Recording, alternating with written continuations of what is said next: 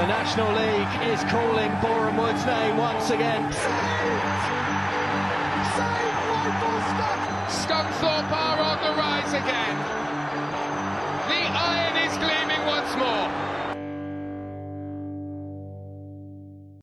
Hello and welcome back, everybody. This is the National League Weekly Podcast. I'm your host, Josh Harris, bringing to you another roundup of all the drama, news and excitements across the National Leagues. Today's episode is a very, very interesting one. Joining me all the way from Eastleigh is Marcus Mansfield, the media intern and stadium announcer at Eastleigh Football Club. Marcus, thanks for joining us. No worries, thanks for having me. Firstly, tell us who you are and what you do. So my name's Marcus Mansfield. I'm currently a second year student, sports journalism student at Solent University in Southampton, and I do media for Eastleigh Football Club. I did a placement at the Daily Echo over the summer and also do media for Southampton Women's Football Club, so Sirens. So it's not actually Saints, but it's quite a fun story. They were the first team to win the Women's FA Cup. Okay. So they currently play in the fifth tier of women's football. So yeah. Do they play at St Mary's?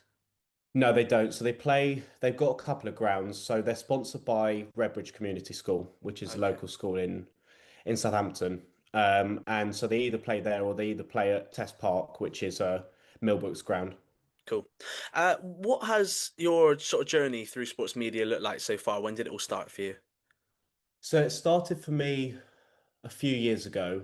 I've always been very interested in sport, and my mum's always joked that I should be a commentator when I grew up, which is quite funny. But for me, really, like I said, I've always been interested in sport and media and stuff. I took over running the socials of my local village football and cricket team that I play for a couple of years ago now, and just basically posting on Instagram and stuff. And I really enjoyed that. And then I was fortunate enough to go to a school where they offered a load for A levels and stuff. Okay. And I was sort of shoehorned into an area of design, maths, and physics because they go well together.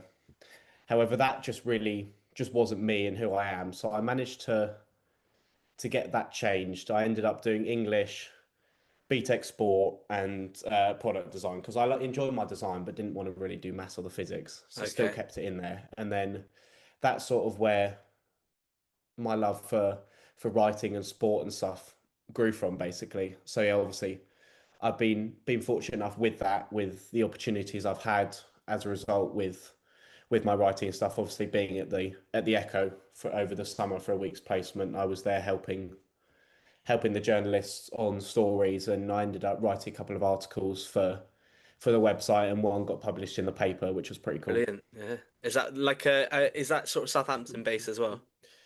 So that's Southampton based. So that's the newspaper based in Southampton.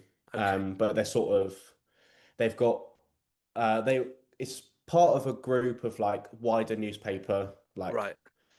publishers. Obviously they got the Bournemouth Echo as well and some others. So yeah, basically as a result, my writing that's been a major thing that I've taken into media at football. Obviously I write the previews each week for Eastleigh, and then I've helped write match reports in the past where I did Truro away and wrote a match report. I did Hampton and Borough and Richmond as well and wrote match reports for that and stuff. So yeah, that's sort of really where it all started and where it's taken me. And where are you from? Are you Southampton based originally? So I live in West Sussex. Okay. So halfway between Chichester and Horsham. Okay. Yeah. But it's probably, in terms of geographical location, I'm closer to Brighton Okay. and Portsmouth than I am Southampton. But I'm a season ticket holder at St Mary's for Southampton. Right. Because when I was younger, it's a lot easier to get to than Brighton for me. Okay. And we figured as though it's a very friendly club and friendly atmosphere, with obviously the family stand and stuff there. So that's how I ended up supporting Saints. And obviously it's been a bonus that the sports journalism course at Solent is so good that I've ended up going to Southampton. So yeah. Brilliant. So you've done work with your boyhood club? Yeah. Well, that's exciting. That's really good. Yeah, Yeah, I was just gonna ask about obviously your uni, your time at uni yeah. so far. How has that been as an experience, and do you think that's helped you get to where you are? I think definitely I've had quite a troublesome time to start with at uni, Right. just for lots of personal reasons, which I'd rather not go into at the Yeah. moment, if that's all right. Yeah, definitely. But um, but for me this year, it's sort of since I've got over those personal stuff, it's been an absolute whirlwind and been the best last few months of my life. So I've absolutely loved it. Um, Made some great friends for life who are also on my course, but also others not from my course. So yeah, I've absolutely loved it. I'm Oh, very fantastic. thankful. Very thankful I've had the opportunity to be able to go to university and do the course that I'm doing. And did you always want to work in sport and football particularly, or is it something you kind of just fell into in your sort of recent years? I think, as I mentioned, I was like love sport growing up. I'm sport through and through, sport mad if you like.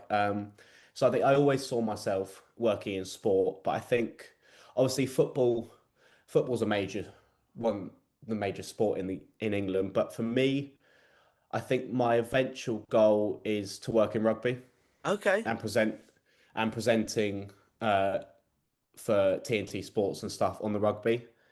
I grew up playing rugby for I think I can't remember how long, but I had to retire at the age of 17 after three dislocated shoulders in a year. Oh, goodness. Um, but yes, obviously I watch rugby quite a lot. Obviously, I'm more involved at the moment media-wise in football just because there's more opportunities with it because it's a lot bigger sport. I did contact last year some rugby clubs, professional rugby clubs in like the London area and stuff, including the team I support, Harlequins, and none of them at that point offered work experience. So I sort of just looked at it as though that's okay. Obviously, this you probably know as well that this world is full of rejections. You know Of you're going to course. have some things that don't go your way, obviously. So I was just thought to myself, even if I don't start in rugby, I it's like doesn't say I'm not gonna end up there. I'd rather get the work experience in a different sport, which has Mm. turned out to be football, to build my portfolio and my experience going forward.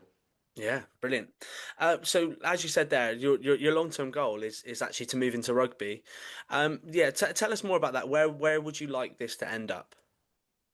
I think TNT Sports, because they're obviously they're the major broadcaster of rugby at the moment. They've obviously got the rights to the Gallagher Premiership, which for those of you who don't know is the equivalent of the Premier League, the top league. And then obviously I think ITV is a big one because obviously they do the Six Nations with the BBC and stuff. So probably it will be challenging to get there, but I'm definitely happy to put the work in and see if I get there, see if it takes me. If I don't get there, I don't get there. But at least I know I've put the effort in. We never know. You never know with life what could happen or where things could lead you. So that's the goal at the moment. But obviously it might change later down the line. Yeah, most definitely. What does your day-to-day look like at Eastleigh? Just bring it back to that for a minute. Yeah. So for me at the moment, it's sort of a lot of it is just working from home doing the program and stuff, and then going in the week before or a couple of weeks before the program's due um, to interview the players and stuff. I've recently helped out. So Ricky Hart's the head of media at Eastleigh, and he's asked me to do a few extra things here and there. So he's asked me to do results and fixtures and results for the academy and stuff because it's just a ball ache for him. And then when they went to Carlisle a few weeks ago, or a month ago, so ago now, he saw their media output and has basically tasked me and Ed Groves, who's on an internship there, albeit he doesn't like to call it that. He's basically tasked us with editing highlights and player interviews and manager interviews post match straight away after each game day, um, so we can get them out as soon as possible. So for me, talking of game days, I turn up roughly an hour and a half, 2 hours before the game because I stadium announce at the moment. So obviously I've got to sort all the gear out for that and then help with team sheets and stuff. And then obviously we do the game and then we film the post match interviews and everything before going to edit them. So that's sort of what my day to day looks like at Eastleigh now. I've obviously got been writing the previews as well, which I just do from home. They sort of take 10 minutes. They're not the most difficult thing to do, but obviously it's good experience with writing and stuff and Mm. writing for websites because that's where they get published. And how did this opportunity at Eastleigh come about? Was this through university? So Ricky left was on my course and then left um, to basically pursue career as head of media at Eastleigh. But obviously, he still got ties with the university. So he came in and did a talk, and then I applied from there, and went from there basically. Brilliant. Yeah, so tell us about actually your time at Southampton. I think we brushed over that a little bit too quickly. What was that like for you, and what did you take out of that experience? So the early stuff I've sort of done at Saints at the moment is I helped film for their foundation, Saints Foundation. They did a Santa Dash, so I filmed that a few weeks ago, and then I've also been in the press box, but working for the university for the university website, writing match reports and running the Instagram pages for that. And I've done it at both Silver Lake Stadium for Saints Women and at St Mary's, but it's all been Saints Women based. Yeah, Brilliant. What's your favourite moment so far, sort of throughout your young career? I've had so many. Probably stadium announcing on live national television for the FA Cup game against Walsall. Oh, brilliant. Yeah, Yeah, yeah. that That was is brilliant. that was very cool. It's funny. Obviously I that was not very long after Bartlett took over. Yeah, And so we were all watching it on the telly, and it was actually really quite funny to see Scott on the screen because obviously that's someone for me personally that's someone that I've interviewed many times, yeah. and it was funny to see him being interviewed by BBC. So it was that was a funny old one. But yeah, is there any moments at Eastleigh that stand out to you other than that? I think probably my first away day at Truro. Brilliant. It was a Tuesday night. I was covering for Ed Groves who'd gone away for knee surgery. Obviously it was a long journey down there, but it was How very far good. away is that from you? 4.5 hours, 4.5 Really? 5 hours. Yeah, ended up being it was but that was Churros at the end of the world, isn't it? yeah, that was a great experience. Obviously, I'd never sort of I'd been on away day as a fan before, but Right. never as media and stuff. And that was my first opportunity to run both the Instagram, and also write the match report at the same time. Yeah. Yeah, Okay, that's yeah, brilliant. What's your take on the season Eastleigh have had so far? it's it's been a season I think full of ups and downs. I think obviously Kelvin had been there for a few years, and it was sort of he was very similar to Russell Martin when he was at Saints, very set in his ways and didn't really want to make changes. And obviously, when he went, we all knew he was his time was up, and I think he knew it himself. And then obviously Scott came in, did amazingly for the first few games, and then sort of since since the Walsall game, it's sort of we've only apart from the weekend, we've only sort of picked up 1 point, and that was away at Carlisle. Since then, obviously, we've had injuries to deal with and suspensions and players going away on international duty. And I think it's been a tricky time for the club in terms of performances on the pitch, but then also stuff off the pitch with staff leaving and coming and going and everything. So I think it's been a very mixed season, but I feel as though that's sort of been the case with Eastleigh over the past few years. Just look at their league results and where they finished in the league over the last few years. It's sort Mm, of been very mid-table, mid to lower half of the table where we sort of are at the moment. But I'm hoping that Saturday's result and performance, having had 2 weeks off, yeah. is sort of stepping stones to getting back to the right direction. Mm. Yeah, and obviously, I did want to talk about Scott Bartlett, of course. A man that many of the Western listeners will know very well, of course. I think he spent 5 or 6 years at Western. I think he had two different spells as well. What was the signing sort of transition like for the club? What was the mood around the club when he first came in? It was very much a move full of excitement and possibilities for the future because obviously as like as a fan as well as working in like the media team, we sort of seen what he's done specifically this season at Western with them when we joined.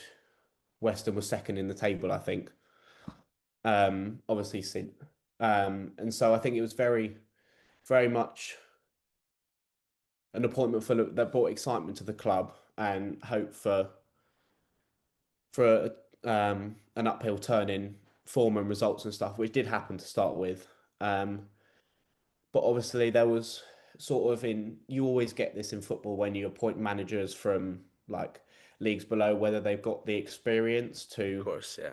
to sort of thrive in that environment and show that they actually can do a good job. So I think it's been very much a learning curve for Scott himself as well with the job. Obviously, coming up from, I know there's not much disparity between the level of the National League North and South compared to the National League, but obviously it's a league system for a reason. It's obviously Absolutely.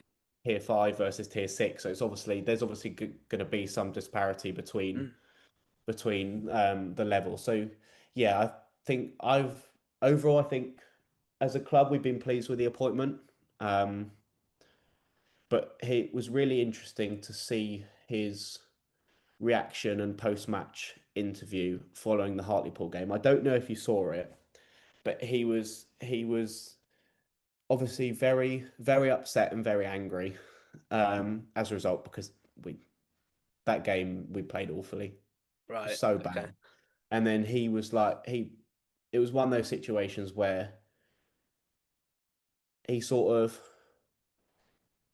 for the lack of trying to find a better word, lashed out at sort of the board and stuff, basically saying these Right. players aren't. He was very honest and said these players aren't good enough. I need more money to spend on players. Scott, 2-0 defeat here against Hartlepool United. What's the overriding emotion from yourself at this point?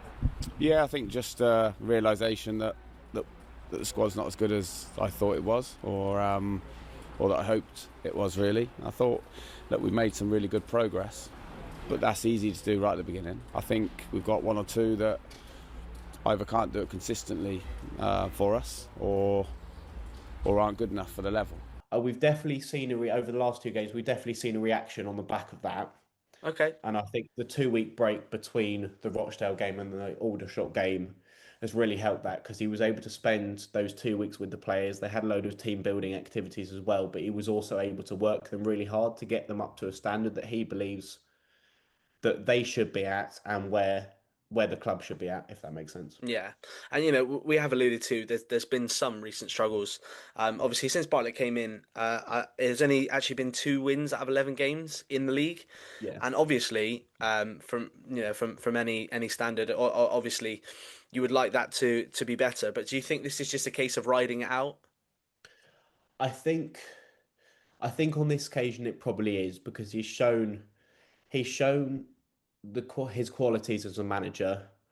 He's very honest in the way he speaks, and in both like when you talk to him day to day as a person, as well as in his pre-match, and post-match interviews.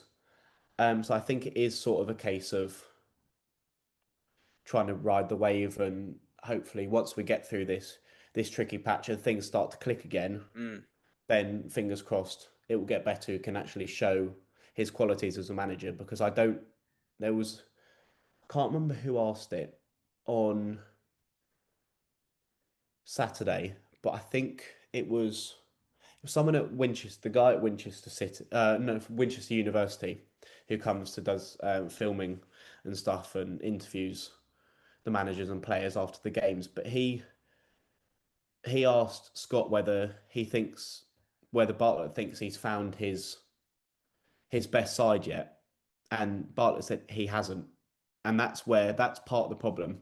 He hasn't been able to find, because of all the injuries and stuff and new signings coming in, he hasn't actually found his best team yet. So I think once he finds his best team and settles, then things will start to improve. If you just look at it from a professional football point of view, because obviously I know they're professional, but look at the Championship with Saints under Will Steele. He chopped and changed his team because he couldn't find his settled team, whereas under new manager Tonderecker, he's found his team and stuck with it. It's worked really well. So I'm hoping that once Scott finds his best team, his best starting 11, things will settle down and results will start to come. And yeah, there were of course a couple of Western players that followed the gaffer to Eastleigh, wasn't there? Was Sam Pearson and James Waite both moving sticks? Have you been impressed with them so far? Have they caught the eye? Yes, definitely. They both have. I'll start with Sam. He caught my eye straight away. He's a very, very good footballer. He's great. He's great with the ball, great off the ball, makes intelligent runs, and always in the couple of games that I've watched him, because obviously he was cup tied on the weekend, he seems to put a real shift in and brings a real energy to the team. So he's definitely been a worthwhile signing. And then obviously James Waite came in on loan. Um, I interviewed him last week for the program for the Aldershot game, which was great to get an insight to his career and stuff, and then obviously life at Western, and then working under Scott, and it's at Eastleigh. And he said that I asked him specifically whether working under Scott at Western has helped him at Eastleigh and what that experience has been like and how it's different from his time at Western. He said it's it's really helped him because he had that relationship already Yeah. with Scott, and then there was also Sam was already here at that point, and obviously Lloyd and stuff. So they'd all played together at Western, so he sort of had that relationship with them, which has really helped him settle in. And he said that he's loved every minute of his time at Eastleigh so far. Yeah, Sam Pearson. I think it did feel. I hope I'm yeah, I hope I'm okay saying this. It did feel a little bit bound to happen for for Sammy to join Eastleigh and follow Bartlett. I think they just had such a great relationship. You know, he was Bartlett's boy really, Yeah, and yeah, they loved working with each other. And Sam, unbelievable player, great signing last season for us. Obviously coming from Yeovil. And of course, James Waite, obviously last season. I'm not sure if he spoke about this in the interview, but obviously he had quite a nasty injury last season, which pretty much ended his season quite early on. And so it's a shame because James never really never really hit the ground running at Western, I'd say. So yeah, hopefully, yeah. Obviously, we wish the boys really well down there. But yeah, what would you say the goal is for the rest of the season for Eastleigh now? I think having spoken to a lot of the players, it's pushing. They feel as though automatics is probably a bit far out the question, looking at the standard of the teams and the form of the other teams in the league, with Right. the likes of Carlisle, Rochdale, York City, all that. So I think the aim, and I know Scott's aim is playoffs.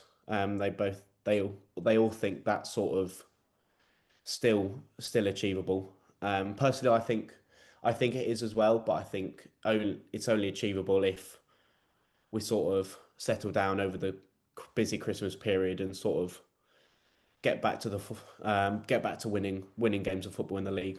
Hmm. Right. Now, let's do an FA Cup roundup for the remaining teams Yeah. representing the National Leagues. Macclesfield took down Slough in the battle versus North and South. Boreham Wood continued their stunning campaign with a 3-0 win over AFL side Newport County. And of course, Western-super-Mare secured a third round cup berth for the first time in their history after a very historic 2-0 win over division rivals Chelmsford City. Marcus, yeah, it's just great to see some non-league representation this far in the FA Cup, isn't it? Oh, it really is. Obviously, I was hoping Eastleigh could get there, but it wasn't to be this year. But yeah, I've been very excited to watch. Obviously, the National League teams. in the next round. Obviously, look at Macclesfield. Robbie Savage took them over, and obviously he's now at Forest Green Rovers, um, and doing well there. Obviously, it'll be a tough test for them hosting Palace. I'm sure they Great probably tie. wish that the tie was the other way round and they were going to Selhurst Yeah, Park, yeah, which is always the way, isn't it? But I think obviously you never know with the FA Cup, but I don't see an upset happening there. Just look at the form Palace have been on over the past, certainly this season and the past few years. Just think it'll be too much of a struggle for Macclesfield, and then obviously Boreham Wood's doing well in the National League against hosting Burton Albion, who've obviously got a link to Eastleigh because Tyree Shade moved to Burton Albion at the start of this season okay, for an undisclosed fee, but it was a club record fee. okay. Um, so obviously he scored a hat trick in the previous round to help Burton Albion through. So I think very very interesting tie there. It will be one definitely to keep an eye out, and obviously Western at Grimsby. You're probably in a better position to talk about that one than I am. Yeah. Oh yeah, But sorry. yeah, I think Oh, well, sorry, no, I'll Carol. No, carry I on. don't. All you, all you. I think obviously it's a great opportunity for Western to go to Grimsby. Obviously, Grimsby knocked out Man United of the Carabao Cup. So obviously it's a very very tough place to go, Grimsby. But I never say never. You know what the FA Cup's like with upsets. So Western might pull off something, and it'll be very very impressive to watch if they do. Yeah, well, you never know. I think yeah, from a club perspective, obviously everybody wanted a Premier League team away. Obviously, everybody wants a Premier League team away. But I think for us, the positive there is that it is potentially a winnable game, and it's I think from a yeah, I from a club perspective, I personally am a bit gutted just because I believe the boys deserve more. Yeah, I think I think that the work that has gone in this season deserved far greater than Grimsby. All due respect to Grimsby, of course. But we especially when you see Exeter, a local rival, getting Man City away. yeah, Oh, and you had we were ball number 49. yeah, And Liverpool came out first, and we were thinking 49, 49, and it was ball number 50, and it was Barnsley, and we were gutted. So, yeah, well, I mean that is that. I just think I think it'd be a great day out. I think it would be great fun. I think in terms of the second round, that was probably one of the most exciting days of my entire life. Just full yeah, stop. I mean, being a part of it was so special and so exciting. I actually was on the commentary for that day because our usual commentator, Corey Campbell, he was knocked out with laryngitis. So oh, bless blimey, him. yeah, Yeah, yeah. yeah, So I'm sure he was gutted about that. So there are a couple of funny audio clips of me celebrating the goals over the commentary because I struggle to be neutral if I'm doing yeah, club radio, So, but I think that's what it's all about, I think yeah, if you can get away with it on club radio, right? If I was doing yeah. it for a sort of company or something, then I suppose it'll be different. But yeah, that was so exciting to be a part of. I'm sure you've seen the Lewis Britton goal Yeah, I have. Yeah, when that goal went in because of how far away we are from the pitch at Chelmsford. Obviously, they got the yeah, racetrack in between. Where I was obviously directly on the side, all the way at the back in the media little section, and I thought when it sort of dinked into the back post, I just assumed Britain was going to take it down and just nudge it out to the right wing, and he just smashed yeah, it. Honestly, we were very excited. We were very excited, and I yeah, actually had the media manager slash kit man Liam Drury sat next to me, and he couldn't keep it in. yeah. He lost his composure, and he actually got told off by the chairman, which was funny. Um, yeah, but I think you're going to celebrate. I'm not a fan of when people tell you not to celebrate because that's But that's kind of what that's the football's all about. exactly that's the magic of the FA Cup at the end of the day.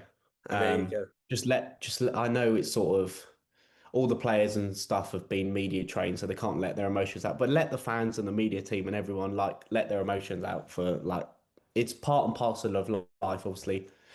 Even work, I know some people on my uni course have said even though they work at football clubs, they sort of don't feel that attachment to them, Right.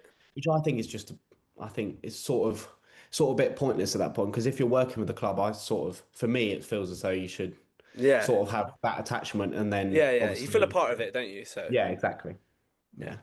it was just an unbelievable day. I think the game plan worked to perfection. I think the Yeah. first half was purposely sort of not cagey, but slow. Yeah. Particularly from our perspective, I think we tried to kill the game off. Try and make the fans obviously a bit quieter. They had a record attendance, which is great to see. I think it was Yeah. 3,600 or something like that. So at this level, was pretty good, and yeah, really exciting to be a part of. And at halftime, 0-0, that was a huge win for Western Yeah. because that was the game plan. You soak it up in the first half, and sort of 60, 70 minutes, the game starts to stretch, and that's where the chances came, Yeah. and that's where the goals came, and yeah, just brilliant. I'm gonna attach the commentary clips Yeah. after this, just because I think it'll be funny for people to hear. Picks it up now. Don Bernard thinks it over. And oh my God! There's Britain! Well done! That's it! Oh my goodness! That's it! Don Bernard with a dink to the back post, and Lewis Britton volleys it home. He does, but Appiah stands him up. Oh goodness me! And it's a horrible back pass, and Lewis Britton's in and Western have won it! 2-0! Western have done it! Lewis Britton again. It was a horrendous back pass there from Appiah back to the goalkeeper. Scott Wilson picked the pocket. Well, not really picked the pocket. He gets there before the goalkeeper, puts it back. Lewis Britton smashes it into the net. And Western are 2-0 up with 5 minutes to go, and you will believe, you would hope that is it now. Yeah, the composure was out the window at that point, and yeah, and why shouldn't it be, right? So yeah, we went up the night before and we stayed in a hotel in sort of Enfield, I think it was, with the players and the staff, and then we made our way the next day, and after the game, we went to the pub for a little bit. Nice. Yeah, brilliant. All the players and the staff and the fans were there. It was brilliant. We kind of took it over a little bit. So yeah, it was a long drive back, but so worth it. Oh, so worth it. But that's what it's all about, the connection with the fans and the players and everything. Yeah. That's why football's such a great sport, because you just, whatever football game you go to, at whatever level, from your Sunday league to the Premier League, you see the connection people have with the players and the club and other fans and supporters. It's great to see. Yeah, absolutely. And I think you can understand this as well from a non-league perspective, particularly in non-league. I wasn't much of a follower of non-league before I started working at Western. I mean, since I've been there, I've learned it is the purest, the most exciting kind of level you can get. I think you'll never find football teams so attached to their fans. Yeah, the players, the staff, the fans, everybody is one really in non-league, and it's brilliant. All the players know the fans know the players. Obviously, it is a great thing to be a part of semi-professional football, and yeah, obviously, God bless it. Long may it continue. Yeah. But yeah, I think for Boreham Wood, I'm quite disappointed for them as well in terms of their draw. I think they've been smashing out of the park in the cup and the league, and I think Burton at home is not. It's a bit. I don't want to be disrespectful to Burton, but of course, if you get that far in the cup as a non-league team, you want the Man United away, Liverpool away. So yeah, it's a shame for them. I'm really pleased for Mansfield. Of course, they've had quite a journey, obviously with Robbie Savage and without. But yeah, obviously, Crystal Palace at home, that'll be interesting. It'll also be interesting to see how many first team players Palace play for that game. See how how it fits in, because obviously they play European football as Yeah, well, exactly. and they're still in the cup as well as of now. I'm not sure. I think they play Arsenal before then, so they Yeah, might be out by then. But obviously, particularly in the Premier League, the fixture congestion for them they claim it's a real problem. So yeah. we'll be interested. I will be interested to see if any of the big boys play in that sort of game. I, I think it's sort of, I think it's sort of a balance. I think if they get a few injuries now, I think going forward, it's probably a good time for, or if players are coming back from injury, to get them playing. Yeah. Um, I think it's always for me watching football. I think, especially specifically in on occasions like this, I think it's always good to play a couple of your senior players Mm, because it's respectful to the opposition, firstly, but it also gives the youngsters an experience of playing with these top end mm. pros. Like obviously, Eastleigh is still in the Hampshire Senior Cup. We played Millbrook a few weeks ago, Okay. and in the course, can't remember what round it was, but we played three or four of our first team players, obviously to give them some minutes, but also to allow the academy players, and we call it our EDS, the Elite Development Squad team. Okay. Yeah. Basically, it allowed them to have experience of playing with players who play in the first team, play in the National League week in, week out. And it's great for not only the experience, but their development so that Mm. they can get to this level in the future. Absolutely. Yeah, well, obviously we good luck to all the representing National League teams in the next Yeah. round. Let's move on to York now, shall we? Where their first team head coach Stuart Maynard made some bold comments on a podcast recently. Maynard said that he believes York could be a championship club in the near future. The actual quote from Maynard is as follows: "When you look at the way the finances are through the divisions, I look at York's structure and the way we are, and I believe that in years to come we could realistically be in the championship." Marcus, your thoughts on this one?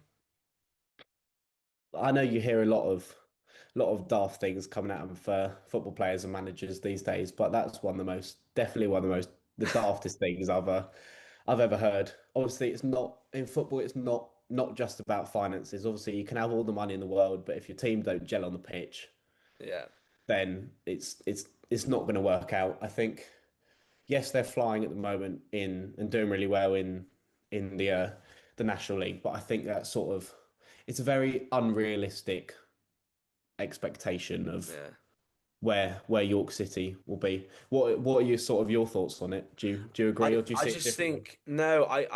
I mean, to be fair, I in terms of the finances and stuff, I'm not the best person to ask, but I think Yeah. for him to say realistically we can be in the championship, I think the realistically part I think is bold. And yeah, I think you probably, if you're a manager of any football team, you should probably be a little bit more media aware Yeah. than to say on a podcast that you think you're going to lead your side up. What is it? Four divisions? Four divisions, yeah, three or four divisions, yeah. Well, I just Yeah. look. I mean, fair play, fair play if they go and do it. But I think, yeah, I think that's probably ridiculous. Yeah, you have to rate the confidence, but I just think it's ridiculous. If you look at the teams in the Championship or even teams in League One, they've had like the teams who played in the Premier League before in League One or in the Yeah, Championship this year. Like it's just ridiculous yeah, and yeah, yeah, absolutely daft, I think personally. But fair play to him for the aspirations of trying to get yeah. there. But I don't see it happening anytime soon, personally. Yeah, I'd probably agree with you there. And but obviously, like York, they were quite unlucky last season, weren't they, Yeah, not to go up. They finished the season on 96 points, yeah, I and they know. still came second place, and obviously eventually lost to Oldham in the playoffs, who ended up going on and winning them.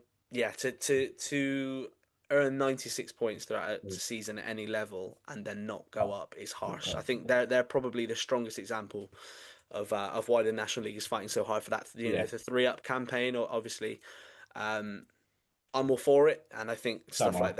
stuff like that really shows. But yeah, I think York are probably in a good position, but I'm not sure if I'm not sure. I'm not. It feels a bit Jay Cartwright to me. Yeah. It's like, oh, I took Woking Yeah, from the conference to the Champions League in 5 years, But I don't yeah, know, I don't know. But obviously, well, we wish him luck, don't we? But yeah, yeah. yeah. Do you think they'll finally get promoted this season, or do you think they'll have to wait another year? I think looking at with the teams in the division, and obviously Rochdale are flying. Carlisle have obviously had spent years in the football league in League One and League Two and stuff. I personally, unfortunately for York and Maynard, see them missing out in the playoffs again. Personally, but it's football. You never know what will happen. Yeah. Well, there you go. Right. Let's move on to stay actually in the National League, and we'll move on to some more troubling news coming out of Morecambe. Even more bad news for Morecambe, who've had a torrid time this season. It must be said.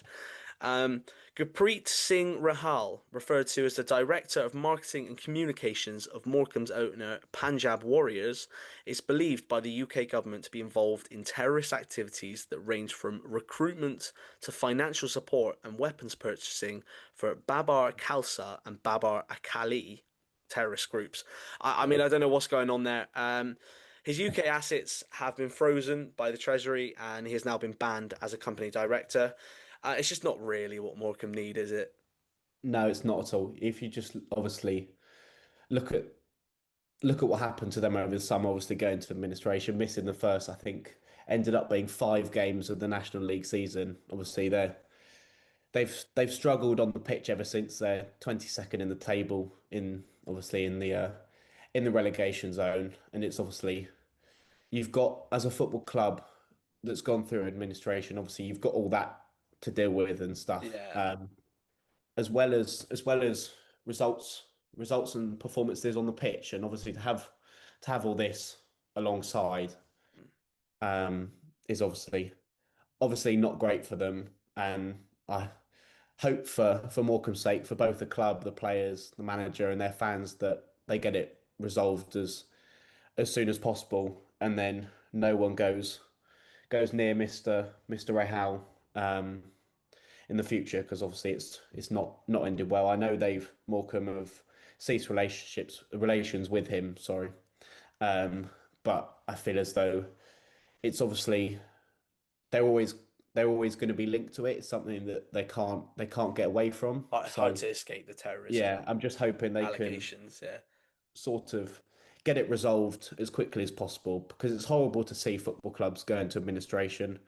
I got a good mate who's a Reading fan who's been through it mm, all mm, these last few years, and it's horrible to see because, like I alluded to earlier, football brings people together. yeah, There's a lot of like, for me, football is a big contributor to people's happiness and stuff. yeah, With, like, obviously there's loads of stuff with men's mental health, Movember and all that. But I feel for me, one of the things that I really enjoy is working out or going to watch football, because you can take your mind off things completely, and it's a absolutely. great way to socialize with other people. So I just hope for Morecambe's sake and for all their fans that they can get it resolved quickly and then get back to winning ways and playing some nice football, and so that their fans can taste enjoyment again going to games and stuff. Yeah, definitely. What is your take on Morecambe this season in terms of the new regime and bringing the new manager in and getting rid of Derek Adams, the long-term coach? Yeah.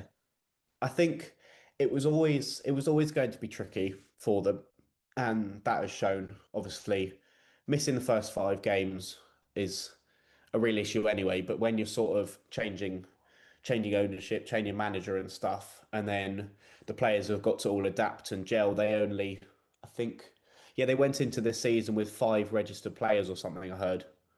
Yeah, yeah, And so it was sort of trying to gel aside, have gone through so much turmoil over the past year or so, trying to gel them all together to play some decent football and get results is obviously going to be very tricky. And then there's lots of talk in football with fixture congestion and mm, missing the first 5 games of the season.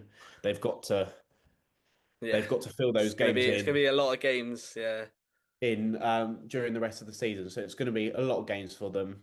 it's going to be very tough, and unfortunately, it's looking like they will get relegated to the National League North. Yeah, Um, it's which will crazy. be very sad to see, because obviously Morecambe's got a great history as a football club, Mm. but I think that's unfortunately just where the way they're heading at the moment. Yeah, it seems like it, and it is funny that Truro are so bad Mm. that even they are below Morecambe. Yeah, So I Morecambe. obviously, yeah, there's some trouble down in Truro, isn't there? But Yeah, yeah, we'll leave that there. I think yeah, on to some other news, which obviously isn't nice to hear. Obviously, Forest Green Rovers captain Jordan Moore Taylor has broken his ankle in training, I think it was. yeah, it was. And he is set to miss the next 3 months at least. Yeah, I obviously that's a big loss for Forest Yeah. Green, who are obviously chasing promotion. What do you have on this then, Marcus? So obviously he's he's been very influential for Forest Green this year. He's played 18 out of their 21 National League games. As a result, manager Robbie Savage, he spoke to the club ownership about recruiting a new centre half or defensive Mm, midfielder because they have another player who's out as well, done his hamstring. I can't remember his name, but it's left. Speaking to BBC Radio Gloucestershire, Savage said the club have gone from having four first choice centre halves to having Laurent Mendy and Abraham Kanu, and have got just three defensively minded players in the team. So obviously next 3 months, you don't want players to be out for 3 months at any point in the season, let alone at Christmas over the yeah, busy yeah, yeah, busy Christmas period when you've got the most games. So I'm sure it will affect them. Obviously, it's horrible to see, and I wish Jordan Moore Taylor the best in his recovery, and hope it's speedy and he doesn't have any setbacks. But it also just shows that even in training, these freak injuries can happen, and players need to be so careful. Um, Careful. Just look at Cole Palmer over the past few weeks with his injury, stubbing his toe in his door. It's just injuries can happen. They're part and parcel of football and sport, but they can happen at any point to yeah, anyone. So you yeah, sort of have to definitely. be so careful. And I'm sure Forest Green Rovers staff are all looking after him and hoping he gets back to full fitness as quickly as possible because he's obviously a very influential player for the club, and they're going Mm. to need it going forward if they want to push for promotion. Obviously, they started the season incredibly well, um, and probably I know Robbie Savage will be looking for them to continue their good form and hopefully be right up there in the push for promotion come the end of the season. Yeah, I mean, obviously that is their goal. That Yeah, has put a spanner in the works. Obviously, it has indeed. losing your captain and yeah, yeah obviously wish him well and wish Forest Green well. I actually went to Forest Green the other day for the Western game in the FA Yeah, Trophy. Now that was a day out more than anything yeah, because yeah, obviously the result didn't go quite the way we wanted to, but I don't think 4-0 actually reflected the game yeah, at all. I think it was in the first half it was really competitive. yeah, It was 0-0 at half time and I think Savage must have given them a right bollocking because they yeah, came out unbelievably well. So yeah, I mean that I suppose there is what shows you the discrepancy between maybe a tier 6 and a tier 5. yeah, definitely. That Forest Green just had that extra gear in them, whereas Weston didn't. But yeah, let's move it back to Eastleigh and round it Yeah, up. Round it off. Let's look ahead at Eastleigh's upcoming games. Then it's a long trip up to Gateshead next. Goodness, that is a long yeah. trip. Then a clash with Woking on Boxing Day, and then a much shorter trip to Yeovil to round off 2025. Marcus, talk us through these ones. Obviously, they're all any game in the National Leagues are tricky. Obviously, we lost 2-0 to Gateshead at home in the first home league game of the season. And they've been doing well, so that will be a tough test. But I think the players will very much be looking forward to it, and it's another opportunity to play under Scott and show what they can do. And then obviously Woking on Boxing Day. Um, they beat AFC Totton in the FA Trophy on the weekend quite comfortably. and then also beat Aldershot a few weeks ago, 2-1 away from home, similar to Eastleigh on the weekend. So I think that will, like I said, that will be another tough game because they're in and around where Eastleigh are in the league, and then going to Hewish Park to face Yeovil to round off 2025, as you say. Obviously, another tough game, but I think Bartlett will be hoping that his side can gain valuable 3 points. So if I had to predict, I'd take 2 wins out of three. I think we can beat Woking and Yeovil, but I think Gateshead will be a bit of a stretch personally. Yeah. That's just Yeah, looking at where that's the a tough team are at. trip. Yeah, That is a tough trip. I've just looked up there, and Eastleigh to Gateshead right now would take five yeah, and a half hours. yeah, So on a coach, you're probably looking at, yeah, yeah. six, They're half obviously six. players are going up Saturday. They're training Thursday, Friday, and then going up Saturday Okay. with the media team, and then yeah, Yeah. Well, I mean, it's a good idea. You don't want to be getting up ridiculous time on a game day, do you? exactly, yeah. Yeah. Okay. Well, thank you, Marcus. Thank you so much for coming on. Been a really, really interesting and yeah, really, really good episode. No worries. Thanks for having me. Much Cool. Thanks, appreciated. Marcus.